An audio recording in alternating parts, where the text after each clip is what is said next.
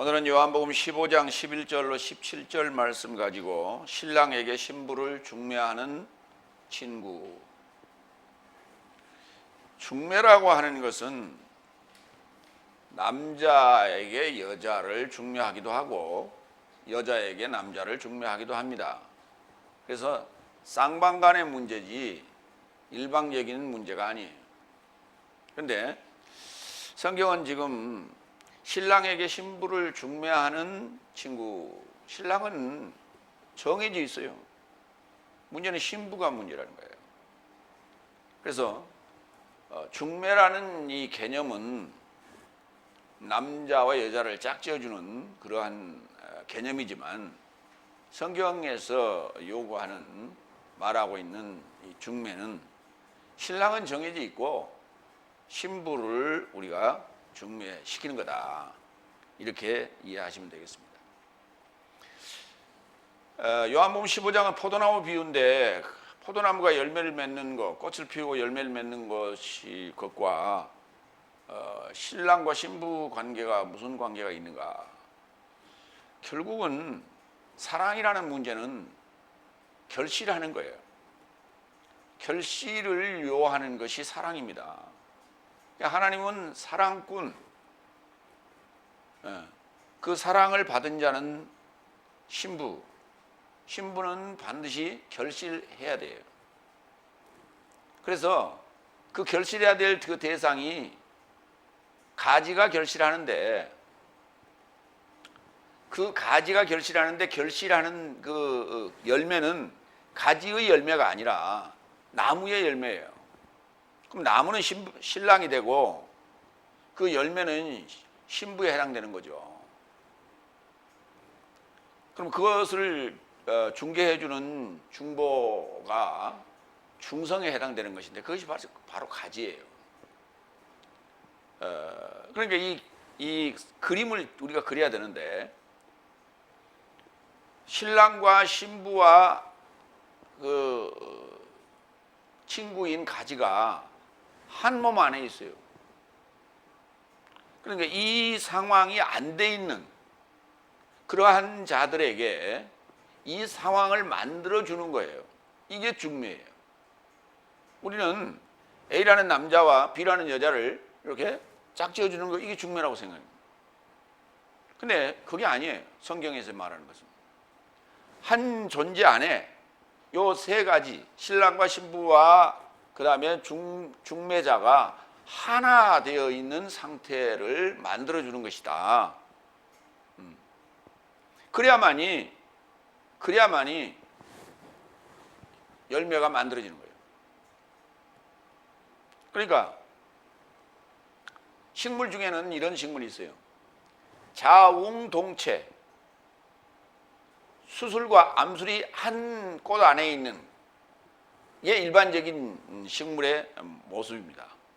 그런데 어떤 나무는 수술과 암술이 따로 있어요. 수술과 암술이 따로 있어요. 은행나무 같은 경우는 순나무가 있어야 암나무가 열매를 맺어요. 그래서 열매를 맺는 나무도 있고 열매를 맺지 않은 나무도 있어요. 열매를 맺지 않은 나무는 그 순나무예요. 열매를 맺는 나무는 그것은 암나무예요. 이와 같이 성경은 은행나무와 같은 개념이 아니라 그 꽃 안에 암꽃과 숫꽃이 같이 있어서 그것이 서로 이렇게 수정이 되어서 열매를 맺는 그런 내용이다. 그러면 그 암꽃과 숫꽃이 지금 스스로가 수정을 하느냐, 그런 건 아니에요. 일벌이 또는 나비가 가서 꿀을 얻는 그 과정에 수정이 이루어지는 거예요. 그래서 오늘 그러한 과정들이 내 안에서 이루어지는 그 일을 돕는 자를 중매자라 한다, 이렇게 이해를 하시게 됩니다. 그가 바로 친구라고 얘기하는 거예요. 그 친구는 알지 못하는 자가 친구가 아니에요. 나는 내 친구는 친구인데 쟤는 잘 모르겠어. 뭘 몰라 그랬더니 글쎄 이 마음 상태도 그렇고 자기가 가지고 있는 비밀을 나한테 얘기 안 해. 그래서 비밀이 많은 친구야, 저 친구는. 그건 친구 아니에요. 이웃이지.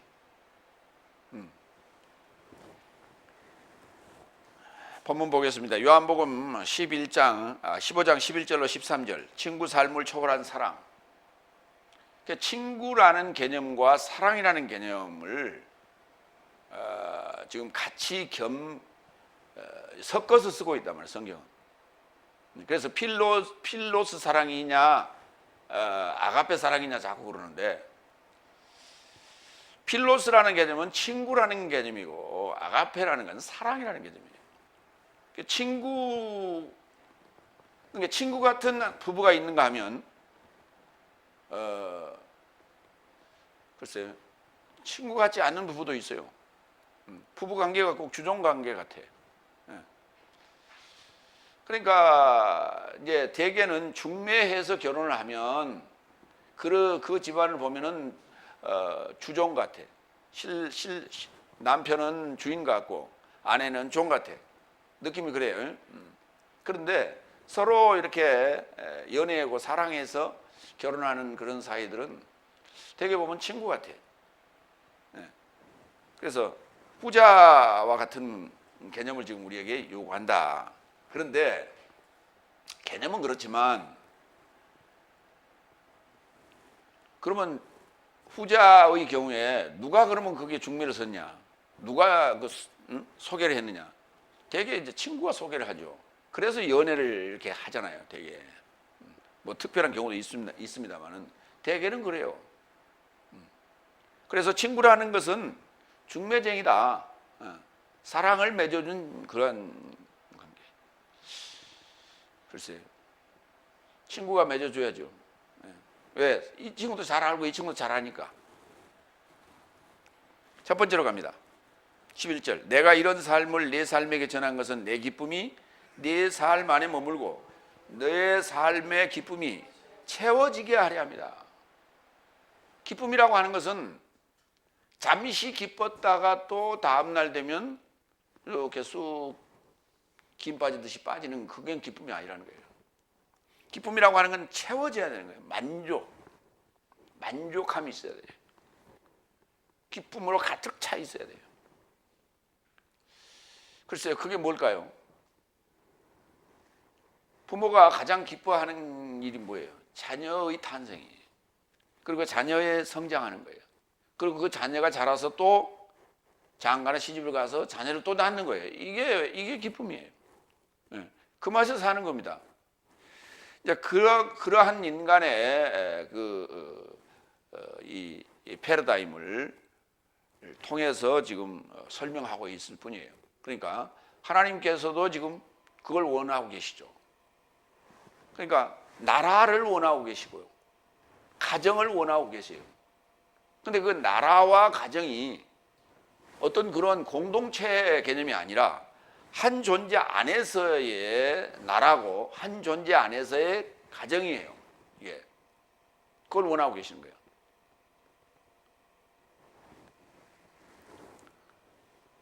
그러니까 바실레이아, 그 국가, 네이션, 그리고 홈을 얘기하는 거예요.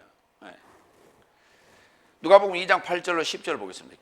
기쁨에 대하여 살펴보도록 합니다. 누가복음 2장 8절로 10절. 그리고 같은 지역 안에 목자 삶이 야영하면서 저 삶의 양떼를 접해 밤에 옥 삶을 보호하고 있더라. 그러고 보니 주의 사자가 저 삶에 접하여 서로 주의 영광이 저 삶을 둘러 비치니 큰 두려움을 두려워하였다. 그리고 사자가 저 삶에게 언급하되 무서워 말라. 왜냐하면 보아라, 내가 백성 모두에게 있을 큰 기쁨을 네 삶에게 좋은 소식으로 전한다. 큰 기쁨, 예수님의 탄생에 관한 얘기죠. 그러니까 탄생보다 더한 기쁨이 어디가 있는 거예요? 탄생의 기쁨. 그래서 우리 집에 지금 아이가 탄생했습니다라는 것을 우리 시골에 살 때는 그걸 알렸어요.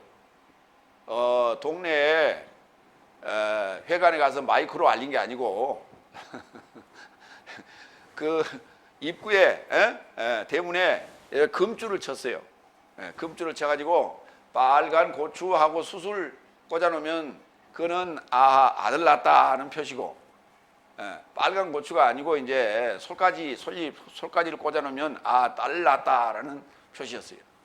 그래서 지나가는 사람들이 아하 저 집에 얘를 낳았구나 라고 하는 것을 그것만 보면 알 수 있었어요. 그래서 3, 7일 21일 동안은 그 집에 들어가지, 외부인은 들어가질 않았어요. 왜? 나쁜 그 잡균이 들어가면 안 되니까. 그렇게 해서 그걸 금줄이라고 했어요. 그 금줄의 효과가 출입을 제한하는 그러한 효과도 있었지만은 우리 집에 애를 낳았습니다라는 소식을 알리는 방법이기도 했다. 그래서 그걸 보고 저주하는 사람은 없어요. 다들 잘했다. 아이고 아들 낳았으면 더 잘했다 이렇게 얘기하죠. 딸 낳았다. 아이고 서운하다 그러지 아니하고 그것도 잘했어.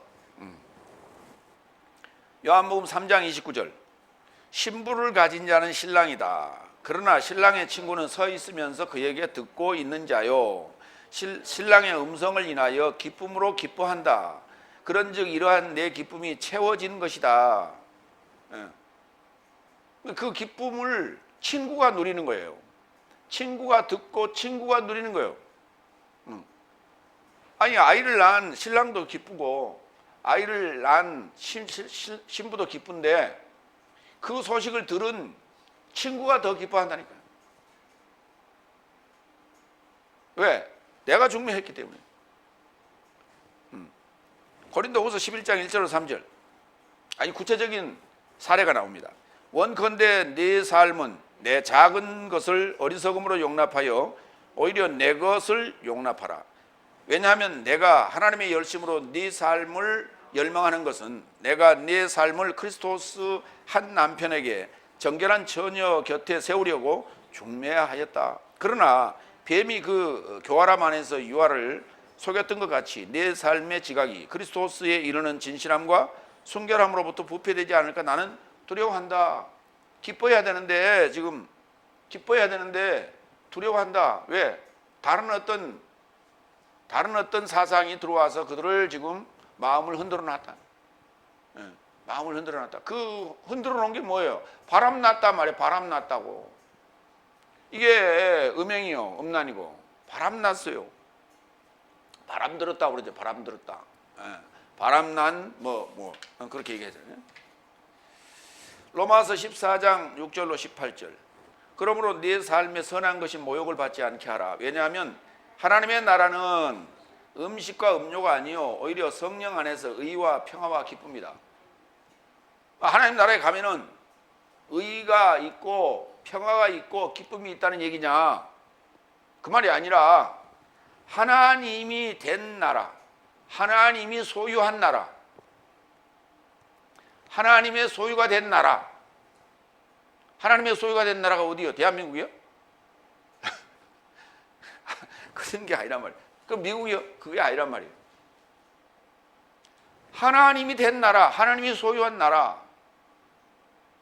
그게 바로 그게 왕국이 아니란 말이에요. 킹덤이 아니라고. 킹덤이 아니고 한 존재가 하나님이 된 거예요. 하나님의 나라가 됐다니까. 그 나라가 바로 그 나라가 바로 의인이요.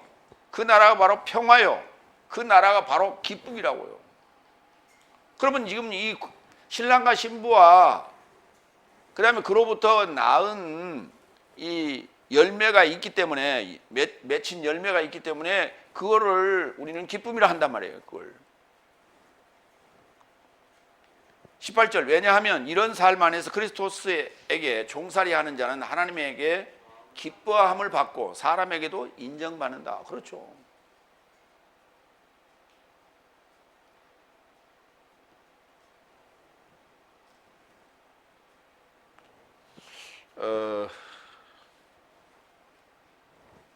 일요일날 택시 운전하시는 분은 되게 교인이 아니에요. 그죠? 교인은 교회 갔을 거예요. 그래 오늘 아침에 택시를 타고 왔는데 개인 택시를 탔는데 이 법인 택시하고 뭐 실갱이가 있었어. 뭐 앞질이니 뭐 먼저 가니 하다가 이제 둘이 같이 탈을 딱 대놓고 창문을 딱 열더니 야 이 새끼야 바로.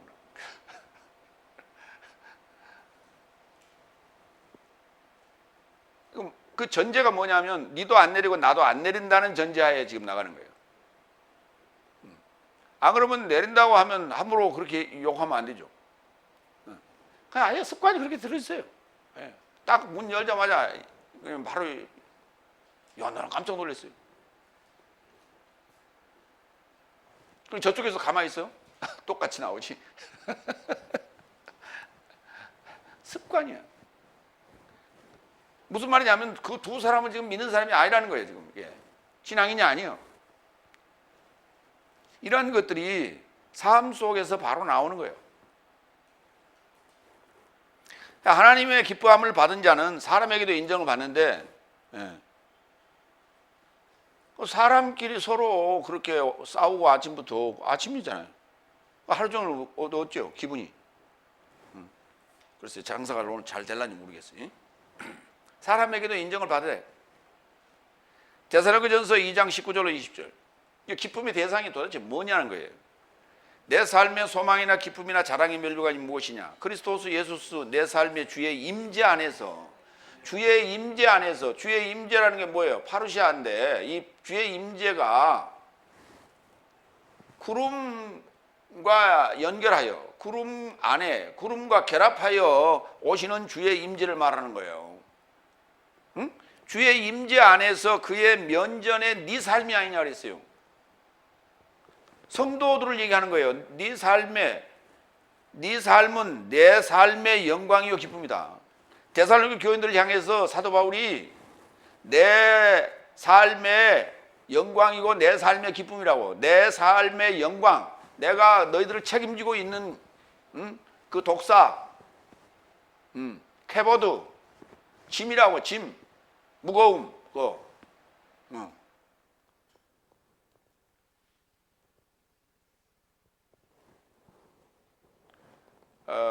애물단지라고 그러죠. 애물단지. 우리가 자녀들 중에 그 속썩이는 자를 애물단지라고 그러잖아요. 그런 개념이에요. 이게 끝까지 책임을 져야 되는 그런 거. 그 영광 그러니까 와 내가 진짜 뭐 맨날 자랑거리, 뭐 맨날 상 타오고 맨날 무슨 가서 저기 상장 받아오고 뭐 칭찬 받아오고 맨날 돈 많이 벌어오고 그런 영광 아니고 내가 책임을 져야 되는 그러한 대상, 영광. 그런데 그게 마냥 그 애물단지가 아니라 사랑을 쏟으면 쏟은 만큼 뭔가가 이렇게 보이는 결과가 나타나기 시작하는 그런 기쁨이란 말이에요. 그렇지 않고 애물단지 진짜 그건 피곤해요. 어느 순간에는 아이고 제발 좀 갔으면 먼저. 그러면 나도 편히 따라가겠다. 이렇게 되는 거예요.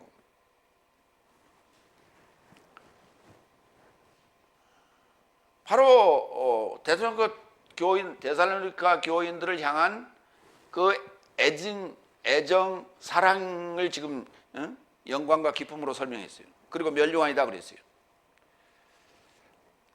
그래서 이 기쁨이 내 삶 안에 머물고 채워지게 하려 합니다. 채워지면 어때요? 또 나야죠. 또 채워지면 또 나야죠. 그렇죠. 두 번째로 갑니다. 12절. 내 계명은 이것이니 내가 네 삶을 사랑한 것 같이 네 삶도 서로를 사랑하게 하려 함이라. 이 사랑이라는 단어가요. 요한복음에 많이 나와요. 사랑. 그래서 뭐 사도 요한을 일컬어 뭐 사랑의 사도니 이렇게 얘기합니다. 요한만 사랑의 사도가 아니라 우리 모두가 다 사랑의 사도가 돼야 돼요. 왜? 결실하는 자는 사랑의 사도예요. 결실하지 않는 자는 그건 사랑병이 걸려요. 사랑의 이 고장이 난 거예요. 사랑의 고장이 난 거예요. 근데 사랑할 줄 모르는 자는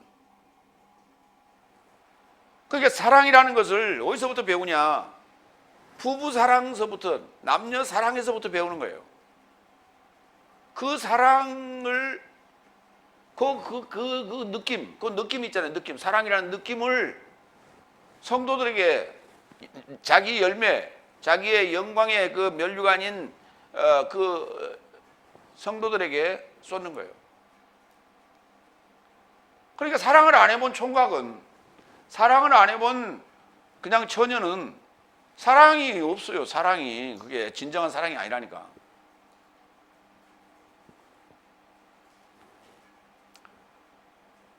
그런다고 목사님 또 그렇게 얘기했다고 사랑한다고 막 그냥 맨날 쓰다듬고 막 하지 말고, 이렇게 머리 쓰다듬고 막 손잡고 그러지 말고. 요새 그거 했다는 큰일 나요. 하우테 에스틴 해 엔톨레 해 에메, 거기까지가 이것이 내 사랑이다. 이것이 내 사랑이다. 하우테가 뭐뭐이다. 에스틴 뭐냐? 사랑 엔톨레 계명이다. 사랑이 아니라 계명이다. 해 엔톨레 해 에메 내 계명이다. 희나 뭐뭐 하려고 아가파테 알로루스, 서로 삶을 사랑하게 하려고. 카토스 아가페사 히마스, 내가 네 삶을 사랑한 것 같이 서로 삶을 사랑하게 하려고.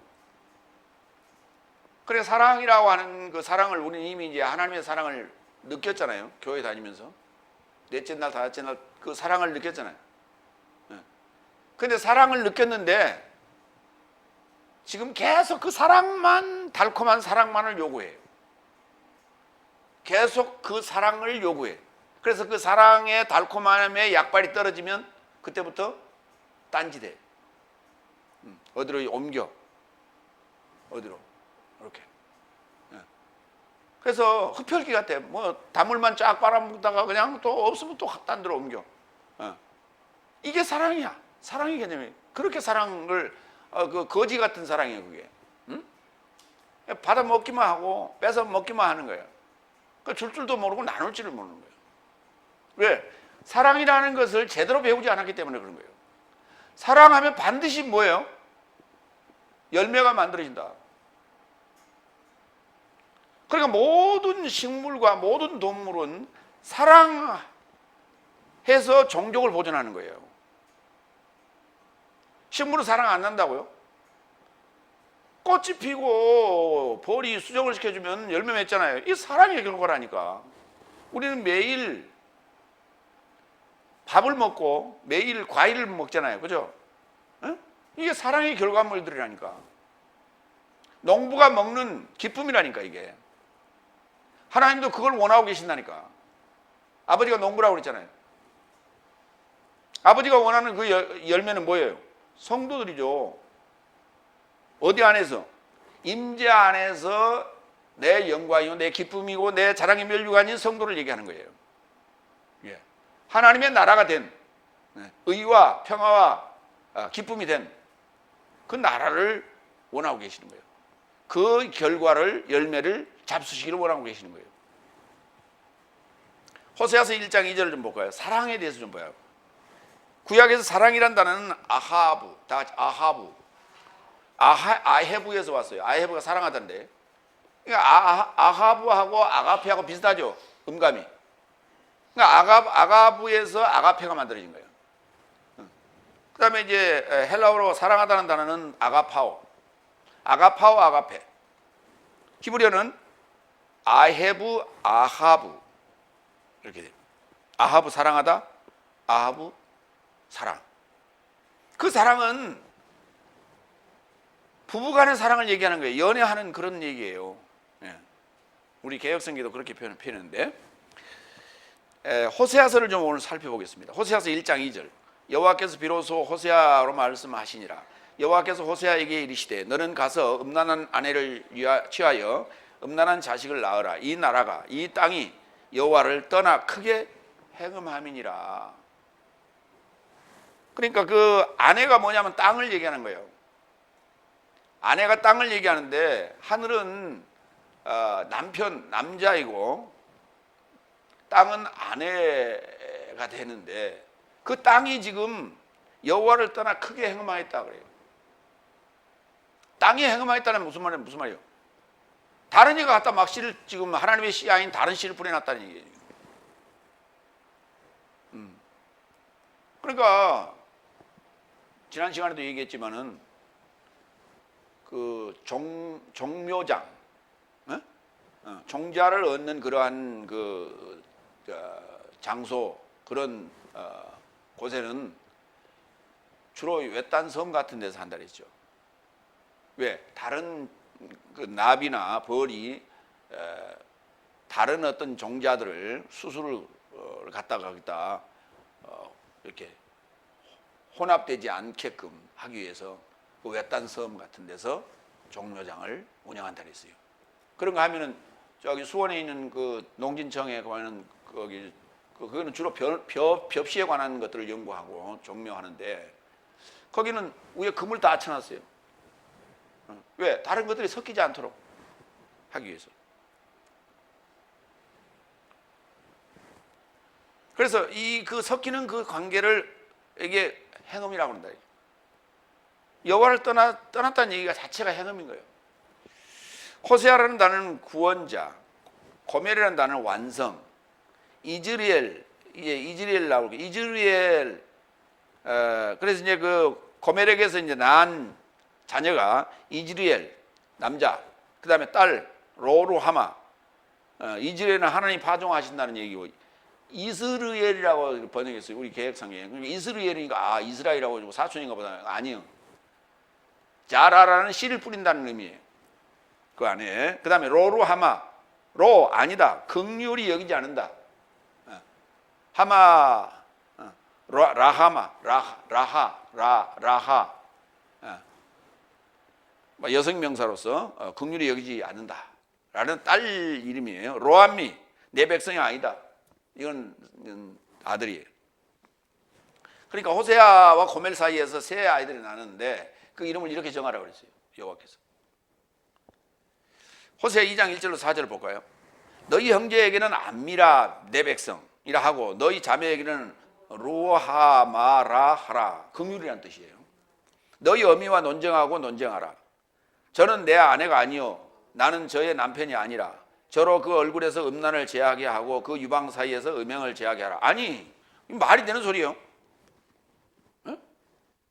음란한 아내 고멜을 데려다가 애를 낳는데 거기에서 뭘 하라고요? 내 아내가 아니고 네 남편이 아니라고 그러라고. 말이 안 되는 얘기를 하고 있어요. 그럼 얼굴에서 음란을 제하고 얼굴에 음란이라고 써 있어요. 얼굴에. 음란할 때는 어떻게 얼굴 표정을 짓는 거예요? 그게 무슨 그 프로들에 여자들이 나와가지고 요염한 표정 한번 지어봐 그러면 혀를 날리면 이렇게 이런 거 그런 거예요. 그것이 자꾸 하면 자꾸 그 표정이 나오는 거고 일반적으로는 안 해요. 일반적으로 잘 안 하는데 그런 어떤 그 무슨 프로라고 그래요? 그 저기 연예인들 주로 나와서 하는 그런 그런 프로 이런 얘기 저런 얘기 하는 그런 데서 괜히 PD들이 시키고 하니까 그런 행동들을 하는 거예요.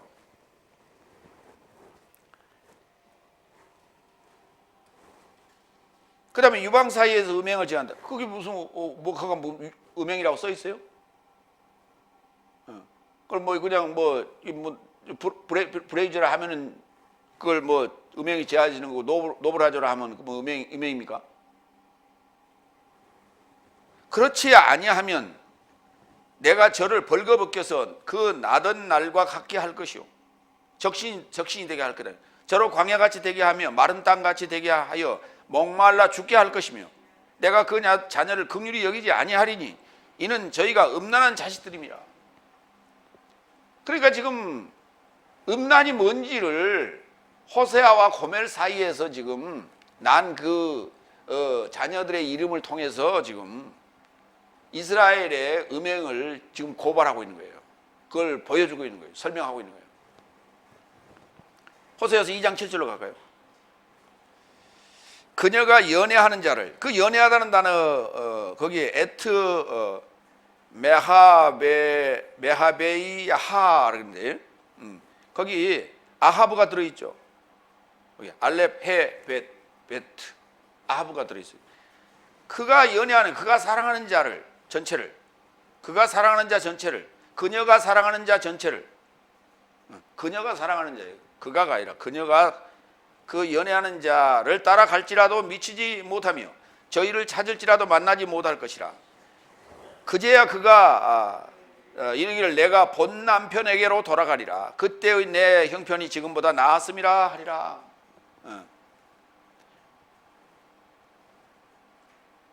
그러니까 이 말이 이제 우리 말이 구관이 명관이다 이런 얘기예요. 결국은 단물 다 빨아먹고 이제 다른 데로 갔는데 그러고 돌아다니는 거예요. 이게 이렇게 뱅뱅뱅뱅 역마살이 껴가지고. 근데 본 남편을 찾는 거래요. 첫째 본 남편이라는 게 첫째 남편이에요. 리시온이라는 단어예요. 그리고 첫째 남편이라는 단어도 그 이시라는 단어는 남자예요. 그러니까 떼내준 후에 또는 회개. 근데 그걸 받아주겠다는 거예요 지금. 그거를 받아주겠다. 호세아서 14장 16절, 호세아 2장 14절로 16절. 그러므로 내가 저를 개유하여 열어서 말이에요. 에? 뭐를 열어? 저를 열었다는 얘기는 저를 다 까발렸다 이 말이에요. 페타흐 뚜껑을 열었다.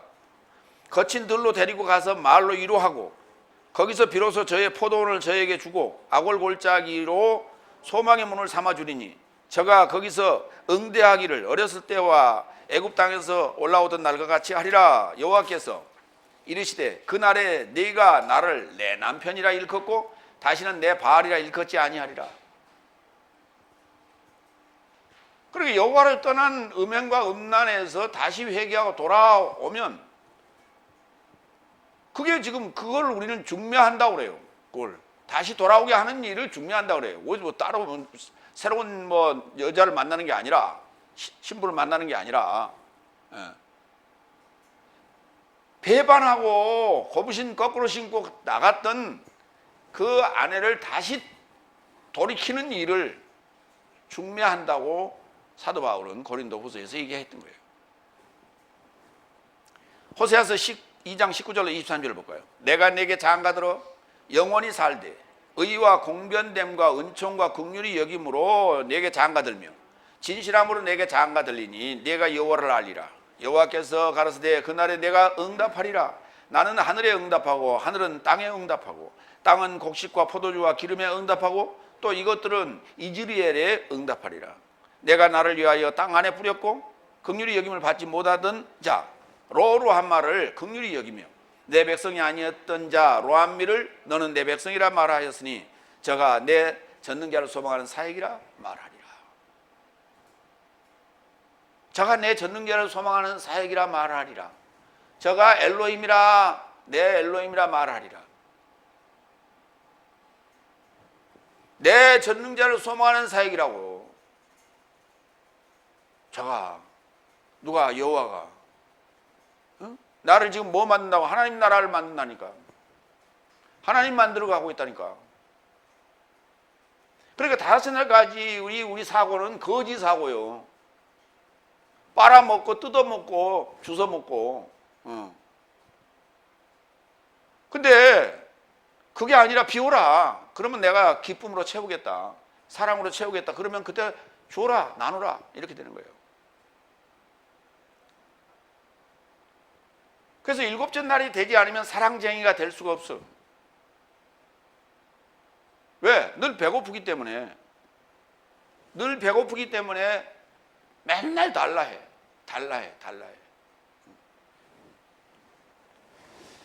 마태복음 5장 43절로 44절. 이웃을 사랑하는 것과 원수를 미워할 것이라 구전되어진 것을 내 삶은 들었다. 그러나 나는 내 삶에게 말한다. 지금 다섯째 날까지 이웃을 사랑할 것과 원수를 미워할 것, 이렇게 들었단 말이에요. 그렇게 구전되어진 것을 네 삶은 들었다. 그러나 나는 네 삶에게 말한다. 네 삶의 원수 삶을 사랑하래요. 원수를 사랑하래. 그 원수가 누구냐고. 세상의 원수가 아니라니까. 나에게 해악을 끼쳤던, 내 집에 도적질을 했던, 내 집에 불을 질렀던, 내 자녀에게 해를 가했던 그런 그 원수가 아니라니까. 내 돈 뺏어갔던 그런 원수가 아니라니까.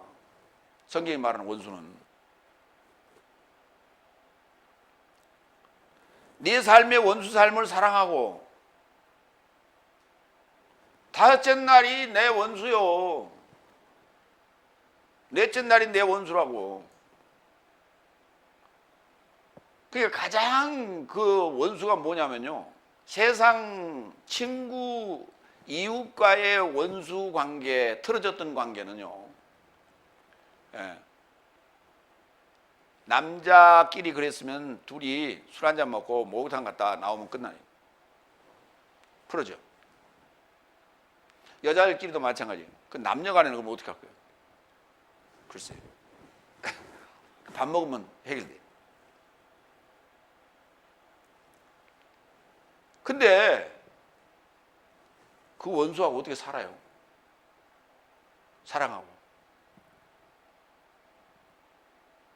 남녀 관계는 뭐 그럴 수도 있어요. 그렇죠? 근데 남자와 남자끼리, 여자와 여자끼리 어떻게 사랑하고 살아? 말이 안 되지. 그러니까 세상의 법칙은 개념만 가져와라고. 사랑한다? 부부간의 사랑을 얘기해. 남녀간의 사랑을 얘기하는 것이다. 개념만 가져와라 이게. 그래 하나님 나라에 다 적용하는 거예요 이게. 하나님 나라에서. 하나님 나라에는 남자와 남자도 사랑하고, 남자와 여자도 사랑하고, 여자와 여자끼리도 사랑하고. 그럼 동성애를 하라는 얘기냐? 그게 아니란 말이에요. 그게 아니라고. 무식한 얘기들만 자꾸 하는 거 몰라. 그러니까 이 목사들이 무식해서 그래. 아담이 사람이라고 번역을 하면 고유명사가 아니고 사람. 사람은 다 남성이라니까 여성이 아니고. 그럼 하와는 뭐냐? 그 안에 있는 거라니까. 그 안에 있는 여성. 그 여성이 지금 배반한 거예요. 이게 그걸 음란음행이라고 그러는 거예요. 두 마음이 하나가 안 됐다고. 하나님을 이해 못했단 말이에요. 하나님의 뜻을 이해 못했어. 성경은 지금 그 남자의, 하나님이라는 남자의 지금 생각인데 그걸 이해를 못하고 딴짓 하는 거에 다니는 거예요. 그게 내가 남자이기도 하고 내가 여자이기도 하는 거예요 지금. 근데 그 구조는 내 안에 들었다니까. 남녀가. 이 구조학을 모르면 성경에서 말하는 구조학이 없어. 구조학이 이 신학 그 과정 중에, 커리큘럼 중에 성경에 인간의 구조학이 없다고. 인간의 구조학이 없는데 어떻게 성경을 이해해? 성경을 이해해야만 인간의 구조학이 나오는 거예요. 7날이 저게 인간의 구조학이라니까. 남녀관계, 부부관계 이게 다 인간의 구조학이라니까. 구조학을 모르니 어떻게 그걸 성경을 이해해? 전혀 이해가 안 되는 거지. 네 원수 삶을 사랑하고 네 삶을 저주하는 삶을 축복하라. 네 삶을 미워하는 삶을 잘 행하고 네 삶을 모욕하는 삶과 네 삶을 박해하는 삶에서 초월하여 기도하라. 이게 세상적으로는 절대 불가능한 일이에요. 주기철 목사님 그렇게 했다고.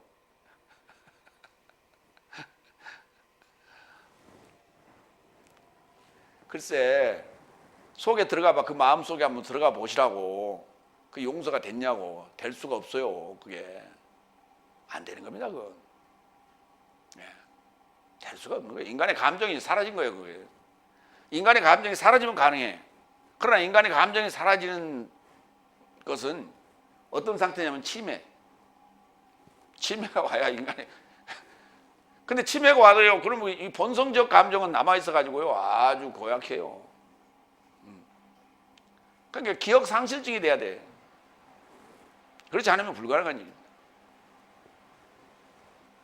근데 그거 할 수 있다고 우기는 사람이 있는데 그건 인간이 아니요.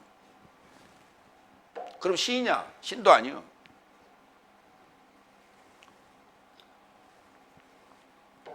그러니까 성경을 우리가 잘못 이해하면 이상한 괴물이 나옵니다. 괴물이. 성경은 괴물을 만들어내자고 하는 게 아니라, 특별한 괴물을 만들어내자는 게 아니라 평범한 사랑꾼을 만들자는 거예요. 평범한 사랑꾼. 모두가 할 수 있는 사랑꾼을 얘기하는 거예요. 7날 가는 게 특별한 사람만 가는 게 아니란 말이에요. 근데 5째 날에는 특별한 사람만, 소명을 받은 사람만 목사가 되는 거야. 예. 이렇게 해갖고, 그게 어디서부터 시작되느냐? 우리나라 그 극동 아시아 쪽 개념으로 보면 출가의 개념이에요. 불가의. 예. 출가의 개념이 기독교에도 목사 시키는 게 불교의 중이 집을 출가하는 것과 같은 개념으로 이해한단 말이에요. 내 자녀를, 내 아들을, 내 딸을 하나님께 드렸다. 이렇게. 5째 날의 개념이 그려왔기 때문에 특별한 사랑꾼이야. 그거는 그 사람만이 사랑할 수 있어. 목사가 돼가지고 어찌 그러냐. 그게 아니라 이거야. 모두가 다 사랑꾼이 돼야 돼. 7째 날 사랑꾼이 다 돼야 돼. 이걸 요구하는 거예요. 그걸 못하는 자는 그게 성녀여. 그걸 못하는 자는 고자라. 그게 이해가 됐어요? 하나님의 능력으로 다 자녀를 낳을 수가 있다니까. 무슨 자녀? 하나님의 자녀. 세 번째 13절. 누군가 그의 친구 삶에 초월하여 자기 목숨을 맡기려 한다면 아무도 이보다 더 큰 사랑을 갖지 못한다. 맞죠? 그러면 지금 원수를 친구 삼아야 되고 친구를 목숨 건 사랑을 해야 돼. 성경은 그렇게 지금 얘기하고 있어요. 그러면 친구를 삼아야죠. 근데 친구를 삼아야 되는 친구가 누구냐? 원수여야 돼. 아까 호세아가 고멜을 아내 삼은 것처럼. 아니 음란한 그 여인을 아내 삼아서 거기서 애가 나왔는데 그 애가 이쁠까 안 이쁠까?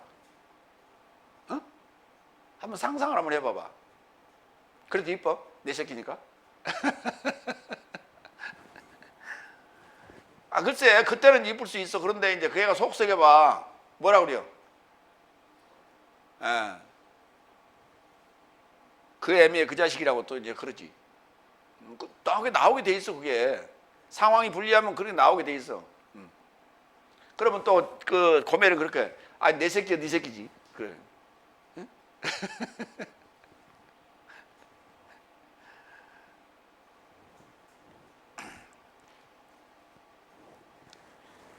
그러니까 이게 가능한 게 원수를 친구 삼는 거예요. 5째 날을 친구 삼아.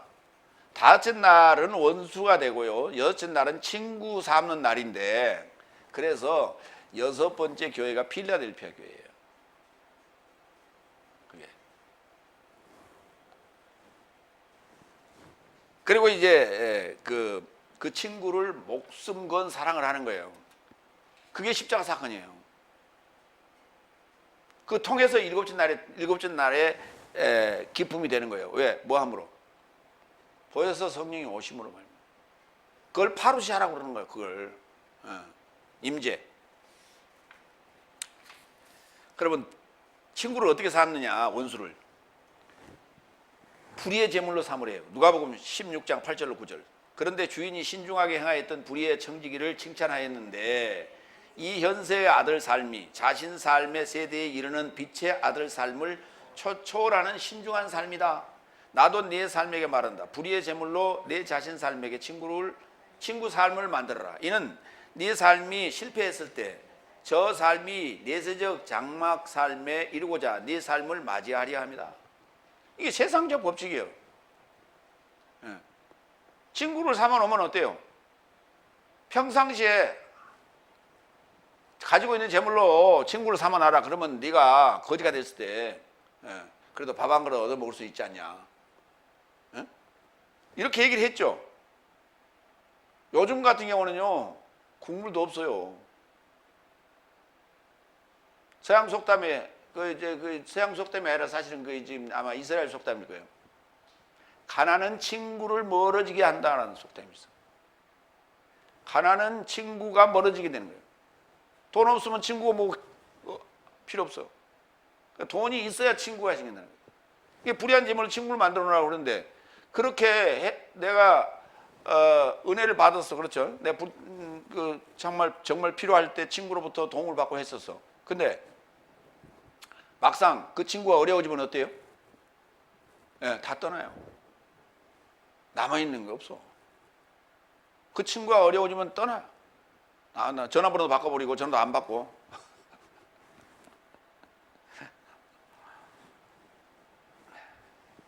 요한복음 21장 15절로 17절 볼까요? 그러니까 자기 목숨을 맡긴다라는 게 뭐냐면, 이게 친구에서 사랑이라고 하는 부부관계로 넘어갔을 때만이 가능한 거예요. 그게. 근데 요한복음 21장에 지금 예수님과 베드로와의 대화는 예수님이 부활하신 후에 지금 대화하는 거예요. 후에 대화를 했는데 지금 15장에서도 이런 말씀을 하셨고요. 그리고 예수님께서 십자가에 죽으시고 부활하신 후에 그들 앞에 나타났잖아요. 예, 그들 앞에 나타났음에도 불구하고 그걸 확인했잖아요. 토마가. 예, 그럼에도 불구하고 그들은 다시 물고기를 잡으러 디베르 바닷가로 내려가고 있었고, 예, 거기서 고기 잡는데 예수님께서 지금 새벽에 나타나셔가지고 조반을 잡수시면서 베드로에게 이걸 묻는 거예요. 자, 봅시다. 요한복음 21장 15절로 17절. 그런즉 저 사람이 식사한 후에 예수께서 시몬 페트로스에게 말씀하시되, 요나에 속한 시몬아, 네가 이런 사람보다 많이 나를 사랑하느냐? 아가파오라고 물었어요. 그랬더니 그에게 말한다. 주님, 그렇습니다. 내가 당신을 좋아하는 줄 당신께서 알아본 것입니다.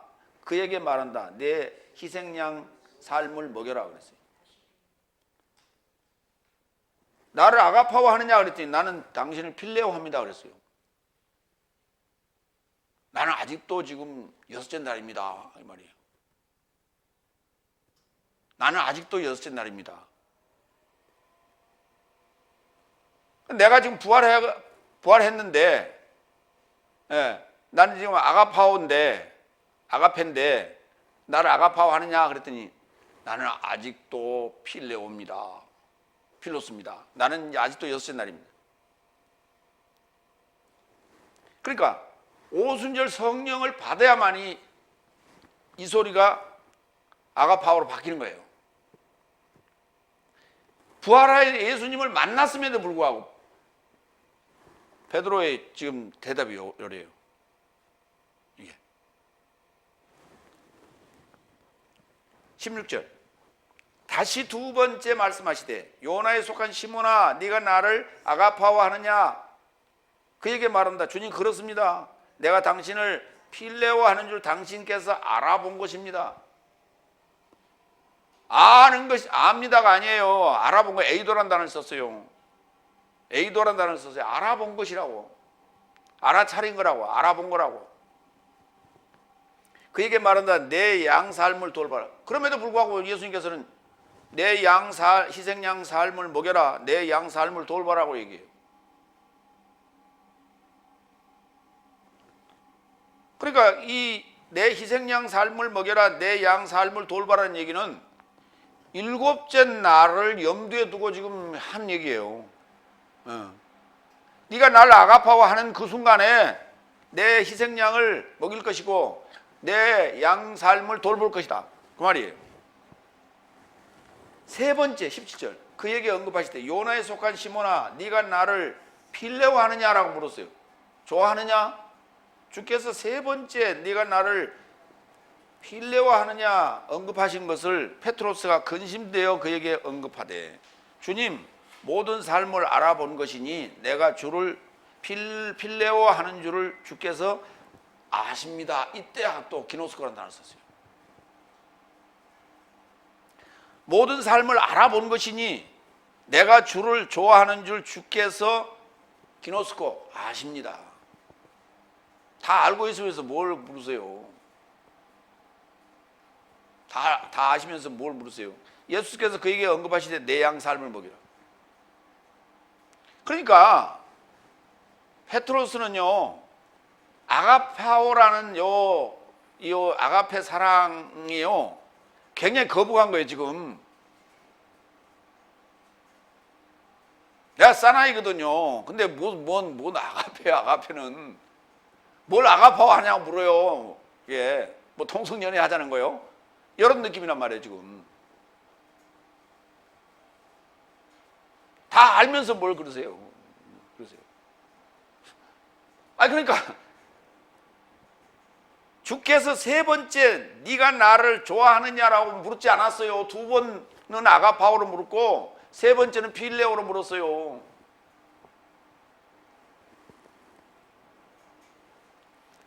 근데 베드로의 입장은 아가페로 물었지만 다 필레오로 나는 이해를 했어요. 그러니까 그 이상한 소리 하지 마세요.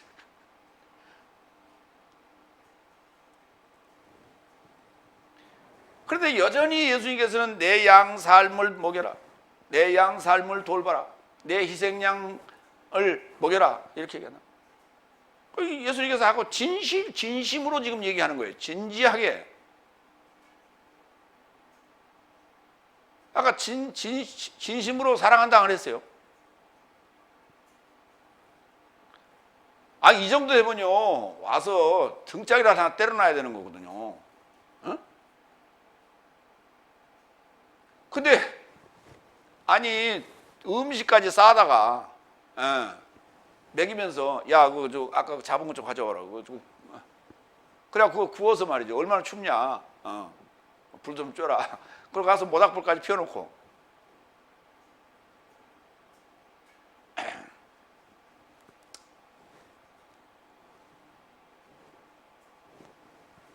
참 어쩌면 선생으로서 또 하나님으로서 배신감마저 지금 느끼는 그런 순간이에요. 근데 그 순간에도 예수님께서는 전혀 내색하지 않았어요. 그러면서 세 번이나 물었어요. 왜? 중요한 얘기이기 때문에 그렇게 물었던 거예요. 그러나 그러한 베드로가 7째 날이 됐을 때는 로마에 가서 스스로 순교를 합니다. 순교의 장소로 갑니다. 이게 사랑이에요. 이게 사랑이에요. 자꾸 무한한 사랑이니 뭐 무조건적인 사랑이니 그런 얘기 하는데 사랑에는요 조건이 없는 사랑은 없어요. 분명히 얘기했죠. 내 계명을 지키는 자가 나를 사랑할 것이다. 나를 사랑하는 자에게 내가 더 큰 일을 하게 하리라. 조건부야 다. 하나님이 우리를 택하시고 부르신 이유는 다 조건부요. 왜? 애시당초 잘못한 게 우리거든요. 한날에 잘못한 게 아담과 하와가 잘못한 거예요. 두 번째로 갑니다. 내 삶은 종이 아닌 나의 친구다. 세 번째 14절. 내가 내 삶에게 명하는 것을 무엇이든 내 삶에 행한다면 나의 친구 삶이다. 보세요. 거기 조건이 붙었잖아요. 내가 너에게 명령하는 것을 무엇이든 네 삶에 행한다면 내 친구예요. 근데 맨날 거역하면 내 친구 아니에요. 요한복음 13장 3, 4절. 그 계명이 뭐냐 그랬더니 서로 사랑하라는 거예요. 사랑하라는 거예요. 사랑하려면 7째 날에 들어가야 돼요. 6째 날은 필레오밖에 못 한다니까. 6째 날은 필레오밖에 못 해. 그러니까 아가페라는 사랑의 사랑꾼이 돼야만이 그 관계가 끈끈해지는 거예요. 관계가. 근데 영원히 여섯째 날로 머물면 그냥 친구 사이요. 그냥 목사와 목사 사이고 목사와 성도 사이요.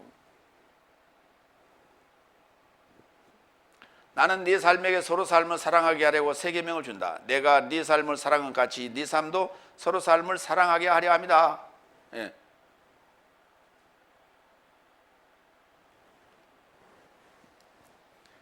그러니까 여섯째 날은 이제 친구고 그건 계명과 관련된 조건부 관계예요. 그냥 단순히 만난 이유 뭐 세상 친구는 뭐 10년 지기 이런 얘기가 아니란 말이에요. 친구는 옛 친구가 좋고 옷은 새 옷이 좋다. 옛 친구와 묵은 것과 새 것과의 그런 관계가 아니에요. 근데 여섯째 날의 친구는 다섯째 날을 거친 자기 때문에 친구라는 건요 한 번도 안 싸우고 불알 친구라고 그러죠. 어렸을 때부터 그 개구리 잡으러 다니고 그때부터 계속해서 한 번도 안 싸우고 이렇게 쭉 자라온 그건 친구가 아니에요. 그건 그냥 동무지 친구가 아니에요. 친구 사이에는 주먹 다짐도 하고 배신도 하고 그리고 다시 사기도 쳐보고 여러 그 우여곡절들을 겪고 나서 친구가 된 거예요. 그게 진정한 친구지. 뭐 아무 일도 없이 그냥 평범하게 이렇게 온 친구 아니에요. 그래서 친구는 옛 친구가 좋다고 그러는데 그 옛 친구는 성경이 말하는 것은 다섯째 날을 거쳐오는 그 과정 속에서 원수 됐다가 친구 된 자를 얘기하는 거예요. 음란과 음행의 과정에 있는 자를 친구 삼은 그 친구를 얘기하는 거예요.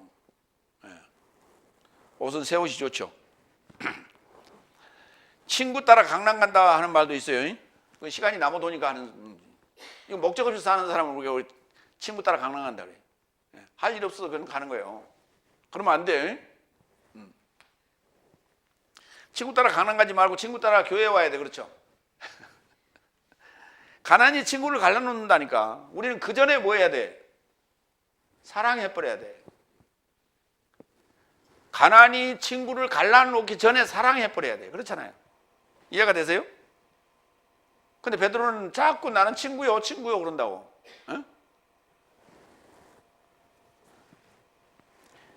그러니까 이게 이제 그 가난이 친구를 갈라놓기 이전 단계가 불의한 재물로 친구를 삼는 단계예요. 반드시 필요해요, 재물이. 친구 삼으려면 밥 먹어야 돼. 친구 삼으려면 같이 목욕탕에도 가야 돼. 그래야 친구가 돼. 밥 안 먹으면 친구 안 돼요. 아시겠죠?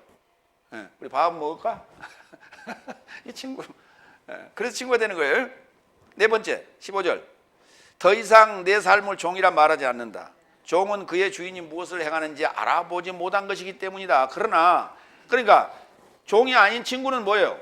주인이 뭔가를 행하는 것을 알아본다는 얘기죠. 그렇죠? 알아본다는 얘기예요. 그런데 베드로는 아까 뭐라 했어요? 주님이 나를 알아봤지 않소.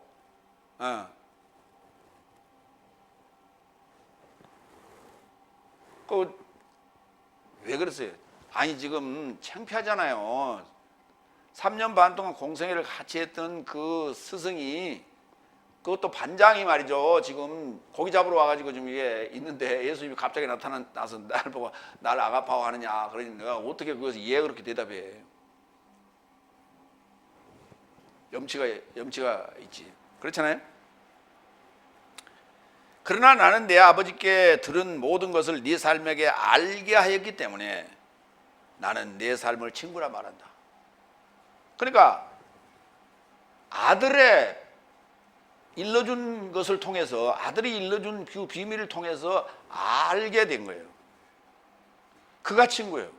그러니까 친구 사이에는 뭐가 없다? 비밀이 없는 사이다는 거예요. 비밀이 없는 사이. 무슨 비밀도 없어. 밤에 일어난 그 비밀도 없다니까. 이런 사이요. 그러니까 한 집안에 같이 사는 거라니까 지금 친구랑 같이. 그게 친구요. 그게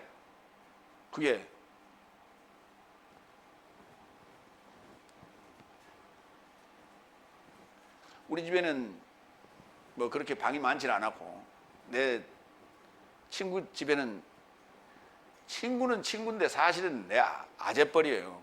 근데 거기는 방이 많았어요. 근데 그때 빈 방도 있었어. 그 이제 방을 세를 주기도 하고 그랬는데, 내가 늦으면 거기 가서 이제 그냥 그 빈 방에 가서 자는 거예요. 그냥 밤에.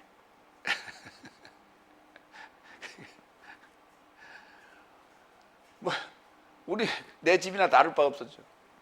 근데 한 동네도 아니야. 한 동네 아니고. 그러니까 아는 자, 알아보는 자를, 그러니까 친구 사이는 이거예요. 눈빛만 봐도 무엇을 제가 원하는지 아는 이런 관계. 그걸 친구라 하는 거예요. 모든 비밀들을 서로 사생활까지를 전부 공유하는, 그러니까 사생활이 없는 거예요. 둘이에게는. 주님과 나와의 관계, 이 친구 사이는 사생활이 없는 거예요. 다 오픈 마인드. 그걸 친구라 한다. 여기 지금 보면 알게 했다라는 거, 알게 하기 때문에, 주님께서 아버지께 들은 것을 알게 했기 때문에 라는 단어를 썼던 그노리조라는 단어를 썼어요. 그노리조라는 단어는 기노스코라는 동사에서 온 그건 사역형 동사예요. 에이도라는 단어도 썼고 그노리조라는 단어를 썼는데, 요한복음 21장 17절 다시 한번 가면 거기에 보면 페트로스가 근심되어 그에게 언급하되, 주님, 당신이 모든 삶을 에이도 알아본 것이니 내가 주를 좋아하는 줄 주께서 기노스코 아십니다. 이렇게 얘기했어요. 이 관계가 지금 친구 관계예요. 이거 친구 관계 아니요 라고 하는 얘기예요. 그러니까 요한복음 21장 17절 베드로의 답변은 지금 오늘 요한복음 15장 15절을 근거해서 얘기하고 있는 거예요. 그러니까 아직 일곱째 날에 일곱째 날에 아가페라는 걸 경험 못 했잖아요. 자기 안에 채워지지 않았단 말이에요. 에? 자기 안에 채워지지 않았어. 그 채워짐이 언제 채워져요? 사도행전 2장에 보면은 온 집안에 가득하더라. 충만하게 된 거란 말이에요. 그러니까 그 경험을 못 했어요. 그렇기 때문에 아가페라는 말은 알지요. 아가파오라는 사랑하다는 단어를 알아. 그런데 그게 뭔지 몰라. 그러니까 대답을 못 한 거예요. 그래서 필레오 대답밖에 뭐 할 수밖에 없었어. 그것까지만 내가 지금 아는 사이요.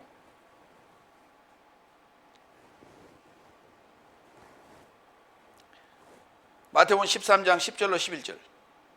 그리고 제자 삶이 그에게 다가오면서 언급하였다. 무슨 이유로 비유 삶 안에서 저 삶에게 전하십니까? 그러자 그가 답변하여 저 삶에게 언급하셨다. 이는 네 삶에게는 하늘 삶의 나라의 비밀 삶을 알도록 주어졌으나 저 삶에게는 주어지지 않았다. 예. 그러니까 이게 비밀 삶을 알게 한 거예요. 그노리조 한 거예요. 이게 친구 사이. 그러면 알았으면은 그 다음 단계는 일곱째 날로 들어가는 단계인데, 그게 사랑의 단계라니까. 사랑꾼 단계로 들어가는 거예요. 예. 그럼 오순절 성령을 받아야죠. 성령을 받아야 돼. 위로자 성령을 받아야만이 사랑꾼이 되는 거예요. 일곱째 날. 그 받았을 때 내 희생양을 먹이고 내 양 삶을 먹이고 돌보는 거예요. 이게 그것이 사랑이라고. 그것이 사랑. 그것이 사랑.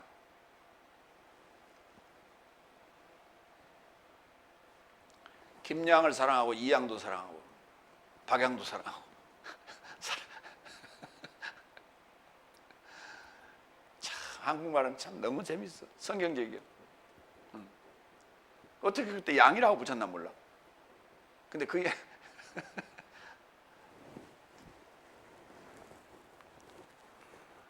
요한복음 15장 16절로 17절. 네 삶은 열매를 감당하라. 사랑의 결과는 열매예요. 사랑의 결과는 열매. 다섯 번째 16절. 네 삶이 나를 선택하지 않았고 오히려 내가 네 삶을 선택하였고 네 삶을 배치했으니 이는 네 삶이 물러가서 열매를 감당하고 네 삶이 열매가 머물게 하려 하며. 나의 이름 안에서 누군가를 아버지를 구한다면 그가 그것을 네 삶에게 주시려 합니다. 그게 바로 열매예요. 아버지를 구하는데, 아버지를 졸랐는데 그게 바로 열매라고. 그러니까 초청하시고 선택하시고 배치했다고. 배치했다. 뭐요? 조성했다는 거예요. 그렇죠?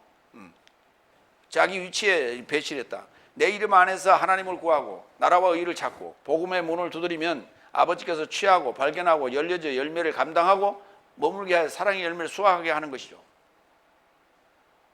반드시 이 과정이 나와야 돼요. 이 패러다임을 바꿀 수 없어요. 이것이 바로 세상적 생명의 원리예요. 하나님 나라에는 생명의 원리예요, 이게.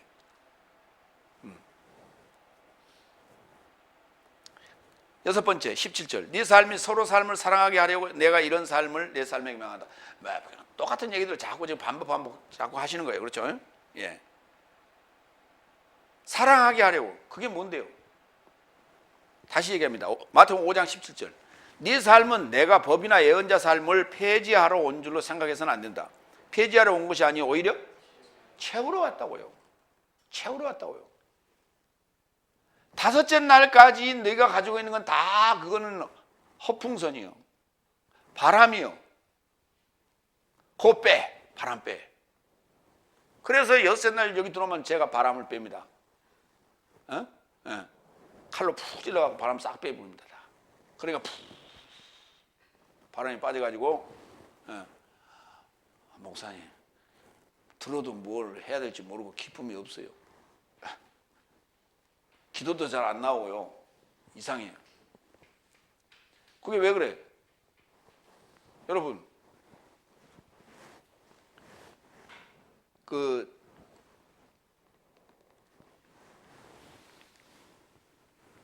기중기 크레인으로 이렇게 들어서 올리는 그런 큰 마대자루 있죠. 둥그렇게 돼가지고 밑에 이렇게 돼 있는 거. 곡식도 담고 거기다 쓰레기 같은 거, 그 뭐라 그래요? 재활용 그런 거 용품 그런 것도 담은 거고. 그게요. 처음에 밑에 담을 때는 어때요? 이렇게 들어가지고 옆에서 자 들어 그래갖고 막 갖다 부어야 되잖아, 그죠? 예. 부어도 어때? 뭐 이게 채워지지 않고 중심도 안 잡히고 막 이상해, 그렇죠? 예. 그래서 한 절반 정도나 뭐 채우면 조금 뭐 틀이 좀 잡혀가는 것 같아, 그렇죠? 예. 그래서 이제 조금 올라가면 어때요? 가득 차 있으면 이 중심이 잡히고 뭔가 모양이 나타난단 말이에요. 그러니까 여섯 날 이 사랑으로 채워가는 건데 복음이 바로 사랑이에요. 이게 왜 알게 해주는 거거든요. 비밀을 알게 해주는 거, 그걸 사랑으로 채우는 거예요 지금. 그러니까 법은 그것을 비우게 하는 것이고 사랑은 그걸 채우는 것인데 그게 채워갈 때 처음에는 당연히 이만큼 바람이 들었다가 쏙 빠져버리면 어때요? 채워도 어때요? 허기증이 난다고 그래요. 허기증. 먹어도 이게 먹은 것 같진 않아. 그래서 어느 정도 차 올라와야 좀 숨 좀 쉬자. 그러고 이제 그때 물도 좀 마시고 그러고 이제 그 허기를 조금 달래고 나서 이제 본 게임에 들어가잖아요. 그러니까 우리가 왜 양식이나 코스 요리 같은 데를 가면 처음부터 말이죠. 기름진 걸 그냥 이렇게 뭐 고기 같은 걸 먹으면 이게 허겁지겁 먹다 보면 체하기도 하고 아니면 다음 코스 나오면 못 먹는다고. 그렇기 때문에 처음에 뭘 해요? 스프로 싹 속을 좀 이렇게 달래고, 그렇죠? 그러니까 우리가 지금 옛날 지나가던 나그네가 물 한 잔 주세요. 그러면 이제 물을 깃던 아낙네가 바가지에다가 물을 떠서 주면서 거기다가 나뭇잎을 따서 하나 넣어서 주잖아요. 왜? 급하게 먹다가 체한다고. 그러니까 불어가면서 천천히 그렇게 마시세요. 그러고 그런 그 지혜란 말이에요. 그게.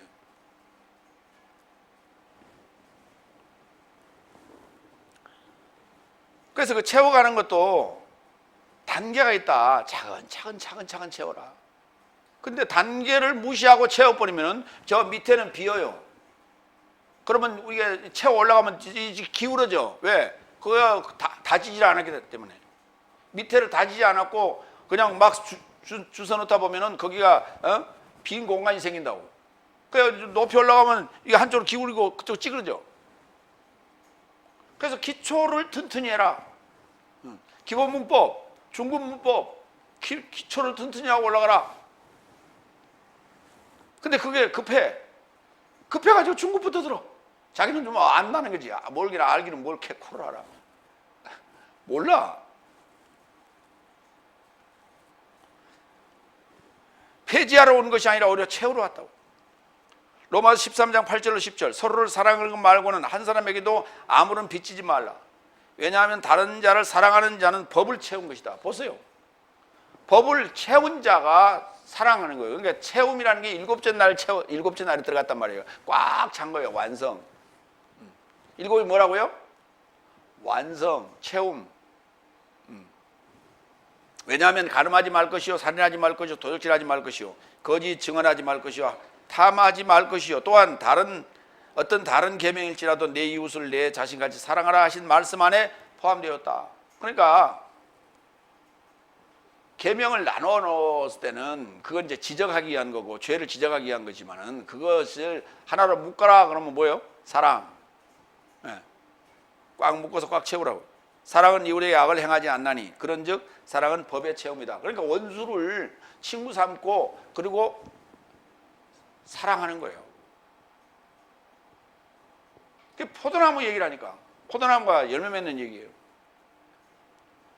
그 모든 것을 기획하시고 프로그램을 짜시고 그걸 진행하시는 그 커리큘럼을 완성하신 이가 하나님, 농부.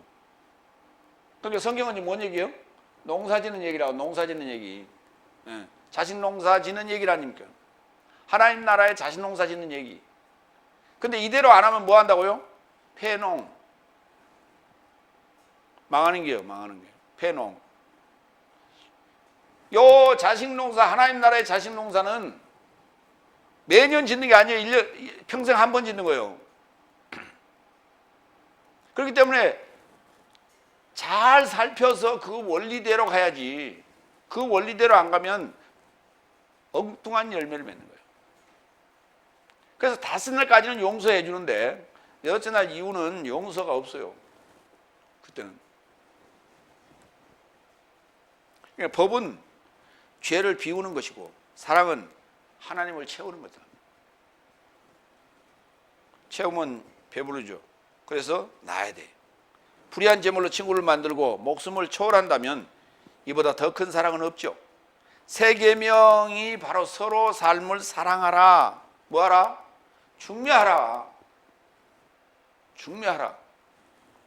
사랑의 열매를 아버지께 그래서 그 중매의 결과를 아버지께 드리는 거예요. 네.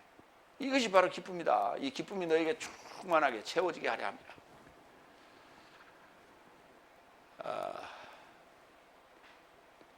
하나님 일을 하면서 힘들어 죽겠네라고 하는 것은 그건 하나님 일을 하는 게 아니에요. 그건 자기가 뭔가 그냥 노력을 하는 거예요. 그냥 뭔가를 성과를 내기 위해서. 하나님 나라의 일은 아까 뭐라 했어요? 하나님 나라는 의와 평화와 기쁨이라고 그랬다니까. 그 기쁨이 있어야 되는 거예요. 목사님 저는 날마다 기뻐요. 좋지. 네, 그러세요. 그럼 날마다 애를 낳아야지. 그렇죠? 그러면 기쁜 거예요. 근데 감당할 수 있어야 되잖아요. 먹일 수 있고 감당할 수 있어야 되잖아요. 다 낳고 싶다니까. 근데 감당이 안 되니까 못 먹이는 거야. 아이고 나는 지금 몇천 명이요. 몇만 명이고. 사업이요. 그건 먹일 수가 없어요. 그렇게. 사랑의 열매. 하나님 아버지가 원하시는 그 사랑의 열매를 맺어드리는 여러분 되시기를 축원합니다. 기도하겠습니다.